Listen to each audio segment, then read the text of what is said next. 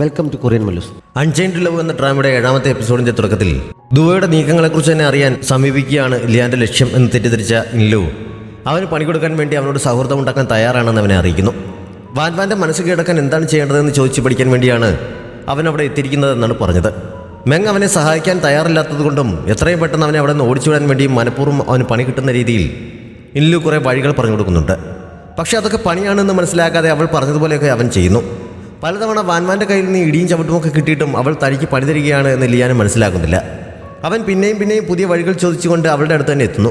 അതോടെ അവന് ദുവയെക്കുറിച്ച് അറിയാൻ യാതൊരു ഉദ്ദേശവുമില്ല. ഭരണകാര്യങ്ങളിലൊന്നും ഒട്ടും താല്പര്യവുമില്ലാത്ത ബുദ്ധിയില്ലാത്തൊരു പൊട്ടനാണ് അവൻ എന്നവൾക്ക് മനസ്സിലാക്കുന്നു. ഇൻലു പറഞ്ഞു കൊടുത്തനുസരിച്ച് ആദ്യമൊക്കെ അവൻ ചെയ്ത കാര്യങ്ങൾ വാൻവാനെ ശരിക്കും ദേഷ്യം പിടിപ്പിച്ചെങ്കിലും ഇത്തവണ അവൾക്ക് വേണ്ടി കുറേ പൂക്കൾ പറിച്ചു നൽകിയത് അതുവരെ അവനോടുണ്ടായിരുന്ന ദേഷ്യമൊക്കെ അവളുടെ മനസ്സിൽ കുറയ്ക്കുന്നുണ്ട്. ആ പൂക്കൾ ശേഖരിക്കുന്നിടയിൽ അവൻ്റെ മുഖം പലയിടത്തും മുറിഞ്ഞിരുന്നു. അതൊന്നും കാര്യമാക്കാതെ അവൻ സന്തോഷത്തോടെ അവൾക്ക് അത് നൽകിയപ്പോൾ അവൻ്റെ ആത്മാർത്ഥത അവൾക്ക് മനസ്സിലാക്കുന്നുണ്ട്. തിരിച്ചിഷ്ടമാണെന്ന് പറഞ്ഞില്ലെങ്കിലും അവൻ നൽകിയ പൂക്കൾ അവൾ സ്വീകരിക്കുന്നു.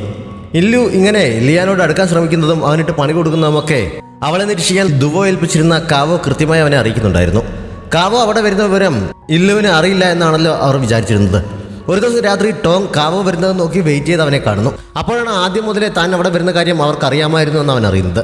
ലിയാന് ദുവയെ ദ്രോഹിക്കാൻ യാതൊരു ഉദ്ദേശവുമില്ല. അവൻ്റെ കാര്യത്തിൽ കൂടുതൽ ടെൻഷൻ അടിക്കേണ്ട ആവശ്യമില്ല എന്ന് ദുവയെ അറിയിക്കാൻ കാവയോട് പറയാൻ ഇൻലു ടോങ്ങിനെ പറഞ്ഞേൽപ്പിക്കുന്നു. ഇൻലു ഇപ്പോൾ അത്യാവശ്യം നന്നായി ഡാൻസ് കളിക്കാൻ പഠിച്ചിരുന്നു. അവൾ പെർഫോം ചെയ്ത് കഴിഞ്ഞപ്പോഴാണ് വാൻവാൻ പൂക്കൾ സ്വീകരിച്ച കാര്യം ലിയാൻ പറഞ്ഞത്. ഇൻലുവിൻ്റെ സഹായം കാരണമാണ് അത്രയെങ്കിലും സാധിച്ചതെന്ന് പറഞ്ഞവൻ അവളോട് നന്ദി പറയുന്നുമുണ്ട്. വാൻവാന് അങ്ങനെ ഒരു സോഫ്റ്റ് കോർണർ തോന്നിയ സ്ഥിതിക്ക് ഇനി കുറച്ച് ദിവസത്തേക്ക് അവളുടെ അടുത്തേക്ക് പോകാതെ വീട്ടിൽ തന്നെ ഇരിക്കണം. അവനെ കാണാതെയാകുമ്പോൾ അവൾ ഇങ്ങോട്ട് അന്വേഷിച്ചു വരും. അതാണ് ലവിൻ്റെ തിയറി എന്ന് മെങ് അവന് പറഞ്ഞു കൊടുക്കുന്നു. ബിസിനസ് പൂട്ടിക്കാൻ വേണ്ടി ആരോ കാര്യമായി ശ്രമിക്കുന്നത് കൊണ്ട് അതിനെക്കുറിച്ച് വിശദമായി അന്വേഷിക്കാൻ ചില ഓഫീസർമാരെ കാണാൻ വേണ്ടി അടുത്ത ദിവസം പോകണം. അതുകൊണ്ട് തനിക്ക് പകരം അടുത്ത ദിവസം ഫ്ലവർ വിൻഡോയിൽ ഡാൻസ് കളിക്കാൻ മെങ് ഇല്ലുവിനോട് ആവശ്യപ്പെടുന്നു.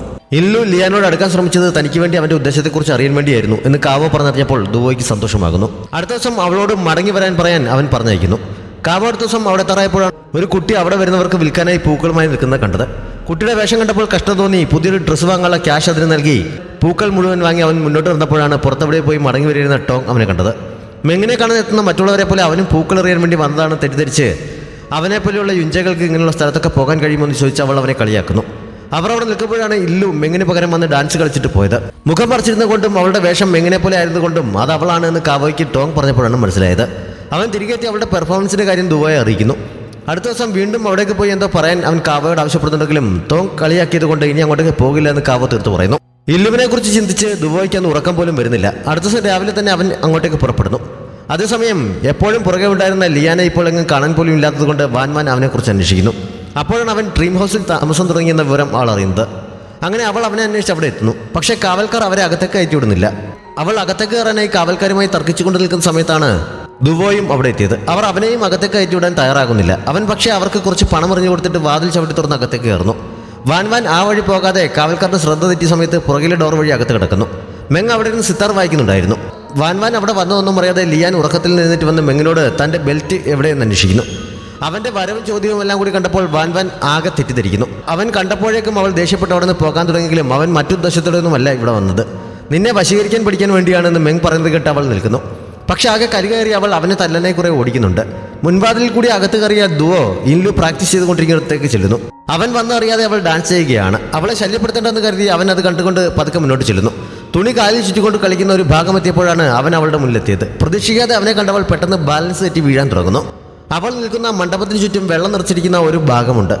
അവിടെ വെള്ളമുണ്ട് എന്നൊന്നും ശ്രദ്ധിക്കാതെ കയ്യിലിരുന്ന വാളും താഴിട്ട് അവൻ വേഗം വെള്ളത്തിലേക്ക് ചാടി ഇറങ്ങി അവളുടെ അടുത്തേക്ക് ചെന്ന് അവളെ വീഴാതെ താങ്ങി പിടിക്കുന്നു. രണ്ടുപേരുടെയും മുഖം തൊട്ടടുത്ത് വരുന്നുണ്ട്. ആ നിൽപ്പ് കണ്ടുകൊണ്ടാണ് മെങ് അവിടേക്ക് വന്നത്. അവളുടെ ശബ്ദം കേട്ടപ്പോൾ ദുവോ ഇല്ലുവിനെ നേരെ നിർത്തിയിട്ട് കുറച്ച് മാറി നിൽക്കാം എന്ന് പറഞ്ഞ് പോകാൻ തുടങ്ങുന്നു. അപ്പോഴാണ് വെള്ളത്തിലാണ് നിൽക്കുന്നതെന്നും വാൾ അതിൽ വീണുവെന്നും ഒക്കെ അവൻ അറിയുന്നത്. ആകെ ചമ്മലോടെ തപ്പിത്തടച്ച് വാളും എടുത്തുകൊണ്ട് അവൻ കുറച്ച് മാറി നിൽക്കുന്നു. അവൻ്റെ ഈ പെരുമാറ്റത്തിൽ നിന്ന് അവന് ഇല്ലുവിനോട് നല്ല ഇഷ്ടമുണ്ടെന്ന് മെങ്ങിന് മനസ്സിലാകുന്നു. അവൻ വന്നിരിക്കുന്നതിനെ കൂട്ടിക്കൊണ്ടു പോകാനാണ് എന്ന് ഇല്ലുവിന് മനസ്സിലാകുന്നതിനാൽ അവൾ മെങ്ങിനോട് യാത്ര പറയുന്നു. അവൾ ആദ്യം അവിടെ വന്ന ദിവസം മെങ്ങിൻ്റെ ലവറിനെ കുറിച്ച് അവൾ ഒരു സ്റ്റോറി ഊഹിച്ച് പറഞ്ഞിരുന്നല്ലോ. അതിൻ്റെ ബാക്കി ഇപ്പോൾ മെങ് അവളോട് തിരിച്ചു പറയുന്നുണ്ട്. മെങ് ആർക്കോ വേണ്ടിയുള്ള കാത്തിരിപ്പിലാണ് എന്ന് അന്ന് അവൾ പറഞ്ഞത് പകുതി ശരിയാണ്. അവൾക്കൊരാളുടെ ഇഷ്ടമുണ്ടായിരുന്നു. പക്ഷെ അത് തുറന്നു പറയുന്നതിന് മുമ്പ് അയാൾക്ക് യുദ്ധത്തിന് പോകേണ്ടി വന്നു. പിന്നീട് ഇതുവരെ അയാൾ തിരികെ എത്തിയിട്ടില്ല. വർഷങ്ങൾ കുറെ കഴിഞ്ഞതുകൊണ്ട് ഇനി അയാൾ മടങ്ങി വരുമെന്ന് അവൾക്ക് വലിയ പ്രതീക്ഷയൊന്നുമില്ല. എന്നാലും എന്തെങ്കിലും അയാൾ തിരികെ എത്തണമെന്ന ആഗ്രഹം കൊണ്ട് അവൾ കാത്തിരിക്കുന്നതാണ്. ആരോടെങ്കിലും ആത്മാർത്ഥമായ ഇഷ്ടം തോന്നിയാൽ അത് മനസ്സിൽ തന്നെ വെച്ചിരിക്കാതെ തുറന്നു പറയാനുള്ള ധൈര്യം കാണിക്കണം. അല്ലെങ്കിൽ ചിലപ്പോൾ പിന്നീട് അതിനുള്ള അവസരം കിട്ടിയെന്ന് വരില്ല. അതിനെക്കുറിച്ച് ഓർത്ത് ദുഃഖിക്കേണ്ടി വരുമെന്നും സ്വന്തം അനുഭവത്തിൽ നിന്ന് മെങ് അവളെ ഉപദേശിക്കുന്നു. ദുബോയോട് അവൾക്കും ഇഷ്ടമുണ്ടെന്ന് അവളുടെ നിൽപ്പിൽ നിന്ന് മെങ്ങിന് തോന്നിയിരുന്നു. അതുകൊണ്ടാണ് ഇപ്പോൾ പ്രത്യേകം അതിനെക്കുറിച്ച് പറഞ്ഞത്. കുറച്ച് മാറി നിൽക്കുകയാണെങ്കിലും അവർ സംസാരിക്കുന്നത് ദുബോയും കേൾക്കുന്നുണ്ട്. അവിടെ നിന്ന് തിരികെ പോകുമ്പോൾ മെങ് പറഞ്ഞതിനെക്കുറിച്ച് ഇൻലു ശരിക്കും ചിന്തിക്കുന്നു. തനിക്കും ദുബോയ്ക്കും ഇടയിൽ എന്തോ ഉണ്ട് എന്ന് മെങ്ങിനെ വരെ തോന്നിയ സ്ഥിതിക്ക് ശരിക്കും അവന് തന്നോട് ഇഷ്ടമുണ്ടായിരിക്കുമെന്ന് ഒരു ചിന്ത അവളുടെ മനസ്സിൽ കടന്നുകൂടുന്നു. മുമ്പൊക്കെ അവനെ കാണുമ്പോൾ പേടിയാണ് തോന്നിയിരുന്നെങ്കിൽ അന്ന് ആദ്യമായി അവൻ വളരെ സുന്ദരനാണ്. അവൻ്റെ കൈകൾക്ക് നല്ല ഊഷ്മളതയുണ്ട് എന്നൊക്കെ അവൾക്ക് തോന്നുന്നു. അവൻ്റെ വീട്ടിൽ തിരികെ എത്തിക്കഴിഞ്ഞപ്പോഴാണ് അവൾ പോകുന്നതിന് തലേദിവസം രാത്രി അവളുടെ കാൽ തട്ടിയ കൈവരികൾ അവൻ നീക്കം ചെയ്യിപ്പിച്ചിരിക്കുന്നത് അവൾ ശ്രദ്ധിച്ചത്. തൻ്റെ കാര്യത്തിൽ അവൻ ഇത്രയൊക്കെ കെയർ ചെയ്യണമെങ്കിൽ ഉറപ്പായും തന്നോട് ഇഷ്ടമുണ്ടായിരിക്കണം എന്ന സംശയം ഒന്നുകൂടി ബലപ്പെടുന്നു. അവൾ അതിനെക്കുറിച്ച് തോങ്ങിനോട് പറഞ്ഞെങ്കിലും അതിന് യാതൊരു സാധ്യതയുമില്ലെന്ന് പറഞ്ഞ തോങ് അവളെ കളിയാക്കുകയാണ് ചെയ്തത്. അതോടെ താൻ പറയുന്നത് സത്യമാണെന്ന് തെളിയിക്കണം എന്ന് അവൾക്കൊരു വാശി കയറുന്നുണ്ട്. അവൾ ഡ്രീം ഹൗസിലേക്ക് പോയതും തിരികെ വന്നതുമൊക്കെ രാജാവ് ഇതിനകം അറിഞ്ഞു കഴിഞ്ഞിരുന്നു.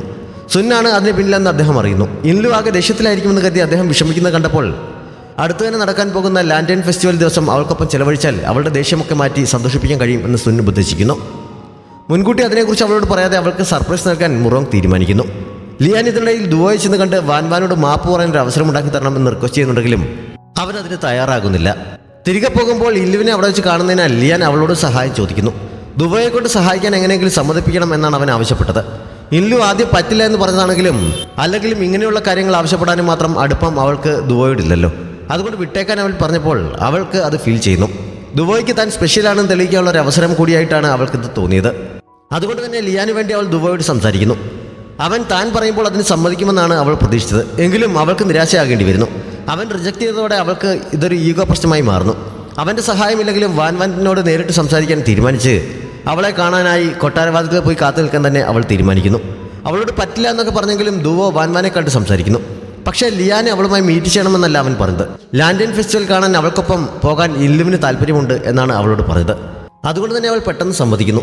ഇല്ലു ഏത കാവൽക്കാരുടെ കൈവശം വാൻവാൻ്റെ കത്ത് കൊടുത്തയച്ചിട്ട് ലാൻറ്റേൺ ഫെസ്റ്റിവൽ ദിവസം അതിൽ പറഞ്ഞിരുന്ന സ്ഥലത്തെ അവളെ വെയിറ്റ് ചെയ്ത് നിൽക്കുന്നു. അവളുടെ കത്ത് വാൻവാന് കിട്ടിയില്ലെങ്കിലും ദുബോയ്ക്ക് അതിനെക്കുറിച്ച് അറിയാമായിരുന്നതിനാൽ അവൻ വാൻവാനെയും കൊണ്ട് അവിടെ ഇരുന്നു. സഹായിക്കില്ല എന്നൊക്കെ പറഞ്ഞിട്ട് അവൻ വാൻവാനെയും കൂട്ടി വന്നിരിക്കുന്നത് കൊണ്ട് അവന് ഇഷ്ടമുണ്ട് അവൾക്ക് ഒന്നുകൂടി ഉറപ്പാക്കുന്നു. അങ്ങനെ അവർ ഒരുമിച്ച് ആഘോഷങ്ങൾ കാണാനായി തെരുവിലൂടെ നടക്കുന്നു. അവിടെ ഒരിടത്ത് ഒരു ഷോ നടക്കുന്നത് കണ്ട് അവർ അത് കാണാനായി ചെല്ലുന്നു. എല്ലാവരുടെയും ശ്രദ്ധ അതിലേക്കായി കഴിഞ്ഞപ്പോൾ ദുബോ ഇല്ലുവിനെയും വിളിച്ചുകൊണ്ട് തിരക്കില്ലാത്ത ഒഴിഞ്ഞ സ്ഥലത്തേക്ക് മാറി നിൽക്കുന്നു. ഇല്ലു അടുത്തില്ല എന്ന് കുറച്ച് കഴിഞ്ഞാണ് വാൻവാൻ ശ്രദ്ധിച്ചത്. പക്ഷേ ഷോയുടെ ത്രില്ലായിരുന്നതിനാൽ അവൾ അത് കാര്യമാക്കാതെ അവിടെ തന്നെ നിന്നത് കാണുന്നു. അപ്പോഴാണ് സ്റ്റേജിലുണ്ടായിരുന്ന ഒരു പൂവിൽ നിന്ന് ലിയാൻ നാടകീയമായി പുറത്തേക്ക് വന്നത്. അപ്പോഴാണ് അവൻ്റെ സെറ്റപ്പായിരുന്നു ഇതൊക്കെ എന്ന് വാൻവാന് മനസ്സിലാക്കുന്നത്. അവൻ്റെ ഹീറോയെ പോലെ കാണികളുടെ ഇടയിൽ നിന്ന് വാൻവാനെ ഒരു തുണി കൊണ്ട് ചുറ്റി പൊക്കിയെടുത്ത് തൻ്റെ അടുത്ത് എത്തിക്കുന്നു. വാൻവാൻ ഇത്തവണ ശരിക്കും ഇംപ്രസ്ഡ് ആകുന്നുണ്ട്. ഒരാളെ ഇഷ്ടപ്പെടുന്നത് വളരെ നല്ല കാര്യമാണ് എന്ന് ഇൻലു പുറകിൽ നിന്ന് കമൻ്റ് അടിക്കുന്നു. അവളോട് ഇഷ്ടം തോന്നുന്നത് ഒരു നല്ല കാര്യമായി ഫീൽ ചെയ്തതിനാൽ അത് ശരിയാണെന്ന് ദുബോയും മനസ്സിൽ വിചാരിക്കുന്നു. ഇല്ലു അവനെയും പിടിച്ചുകൊണ്ട് അവിടെയൊക്കെ ചുറ്റിക്കാണാനായി പോകുന്നു. അവർ രണ്ടുപേരും മിസ്സിംഗ് ആണെന്ന് കുറേ കഴിഞ്ഞാണ് ടോങ്ങും കാവോയും അറിയുന്നത്. രണ്ടുപേരും കൂടി അവരെ തിരഞ്ഞു പോകുന്നു. ദുബോ ഇല്ലുവിന് ലാൻറ്റേൺ വാങ്ങിക്കൊടുക്കുന്നു. അതിനുശേഷം അവർ കുറേ സംസാരിക്കുന്നുണ്ട്. അവരെ അന്വേഷിച്ച് ചുറ്റിത്തിരിയുന്നതിനിടയിൽ കാവോ ടോങ്ങിനൊരു ലാൻറ്റേൺ വാങ്ങി നൽകുന്നു. സത്യത്തിൽ അത് കണ്ടപ്പോൾ മുതൽ ടോങ് ആകെ ത്രില്ലടിക്കുന്നുണ്ടെങ്കിലും അത് പുറത്ത് കാണിക്കാതെ ഒട്ടും സന്തോഷമില്ലാത്തതുപോലെയാണ് അവൾ നിന്നത്. ഇല്ലുവിനോട് സംസാരിക്കുന്ന കൂട്ടത്തിൽ ദുവോ തൻ്റെ കുടുംബത്തെക്കുറിച്ചൊക്കെ പറയുന്നു. ഒരു ഗ്രാമത്തിലെ അത്യാവശ്യം നല്ലൊരു വീട്ടിലാണ് അവൻ ജനിച്ചത്. പക്ഷെ ഒരു തവണ വെള്ളപ്പൊക്കം ഉണ്ടായപ്പോൾ ആ നാട് മൊത്തത്തിൽ നശിച്ചു. പിന്നീട് ദാരിദ്ര്യത്തിൽ നിന്നൊക്കെ പിടിച്ചു കയറാൻ വളരെ ബുദ്ധിമുട്ടി അവരുടെ സ്വത്തുക്കളൊക്കെ വിൽക്കേണ്ടി വന്നു. കുടുംബത്തിലെ ബാക്കിയുള്ളവരെല്ലാം പലപ്പോഴായി മരണമടഞ്ഞ അവസാനം അവനും ചേട്ടനും കൂടി ഭിക്ഷക്കാരായാണ് ഈ നഗരത്തിലെത്തിയത്. ഒരു ലാൻറ്റേൺ ഫെസ്റ്റിവൽ ദിവസമാണ് അവർ അവിടെ എത്തിയത്. എല്ലാ വർഷവും ആ ദിവസം ചേട്ടൻ അവിടെ വരാറുണ്ടായിരുന്നു എന്നൊക്കെ അവൻ പറയുന്നു. ചേട്ടനിപ്പോൾ എവിടെയാണെന്ന് അവൾ ചോദിച്ചപ്പോഴാണ് മരിച്ച വിവരം അവൻ പറഞ്ഞത്. അവൻ ഒരു അനാഥനാണെന്ന് അറിഞ്ഞപ്പോൾ അവൾക്ക് അവനോടുള്ള താല്പര്യം ഒന്നുകൂടി കൂടുന്നുണ്ട്. ചേട്ടനെക്കുറിച്ചൊക്കെ സംസാരിച്ച് അവനാകെ മൂഡ് ഓഫായി എന്ന് തോന്നിയപ്പോൾ അവൾ അവനെ ലാൻറ്റേൺ നദിയിൽ ഒഴുക്കിവിടാനായി വിളിച്ചുകൊണ്ട് പോകുന്നു. അവൾ തന്നെ ഒരു റിവർലാൻഡ് വാങ്ങി വന്ന് അവൻ്റെ മൂഡ് ചേഞ്ച് ചെയ്യാനായി കുറേ നേരം അവനോട് സംസാരിച്ച ശേഷം അവനെ കൊണ്ടത് നദിയിൽ ഒഴുക്കിവിടിക്കുന്നു. അവന് ശരിക്കും സന്തോഷമാകുന്നുണ്ട്. അവൻ്റെ ജീവിതത്തിൽ ആദ്യമായിട്ടാണ് ഇങ്ങനെയൊക്കെ സംഭവിക്കുന്നത്. അവളെ കണ്ടുമുട്ടിയത് വളരെ നല്ലൊരു കാര്യമായിട്ടൊക്കെ അവന് ഫീൽ ചെയ്യുന്നുണ്ട്. അതിനുശേഷം അവർ ഒരു പാലത്തിന് മുകളിൽ ചെന്ന് നിന്ന് അവിടെ നടന്നുകൊണ്ടിരിക്കുന്ന ഡാൻസ് കണ്ടുകൊണ്ട് നിൽക്കുന്നു.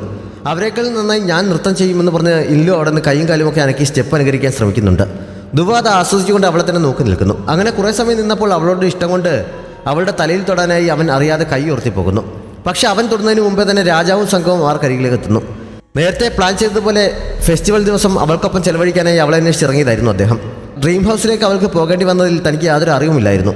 അതിൽ ദേഷ്യപ്പെട്ടിരുന്ന ആദ്യമേ തന്നെ മുറോങ് അവളോട് പറയുന്നു. അവളെ പോകാൻ അനുവദിച്ചതിന് ദുബോയെയും വഴക്ക് പറയുന്നു.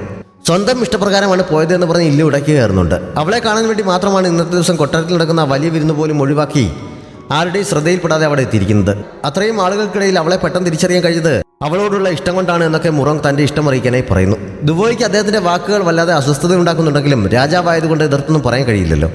അവൻ അവൾക്ക് വാങ്ങി നൽകിയ ലാൻഡേൺ അപ്പോഴും അവളുടെ കയ്യിലിരിപ്പുണ്ട്. അതിലൊട്ടും ഭംഗിയില്ല. ഭംഗിയുള്ള വേറെ ലാൻഡേണുകൾ കാണിച്ചു തരാമെന്ന് പറഞ്ഞ് മുറോങ് അവളുടെ കയ്യിൽ പിടിച്ചുകൊണ്ട് അവിടെ നിന്ന് പോകുന്നു. അദ്ദേഹത്തിൻ്റെ സ്ഥാനത്ത് വേറെ ആരായിരുന്നെങ്കിലും ദുവോ അപ്പോൾ തന്നെ തടഞ്ഞേനെ. രാജാവായതുകൊണ്ട് മാത്രം എതിർക്കാൻ കഴിയാതെ അസ്വസ്ഥതയോടെ അവൻ അത് നോക്കി നിൽക്കുന്നിടത്ത് ഈ എപ്പിസോഡ് അവസാനിക്കുന്നു.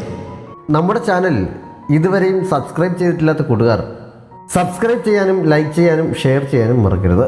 Thanks for watching.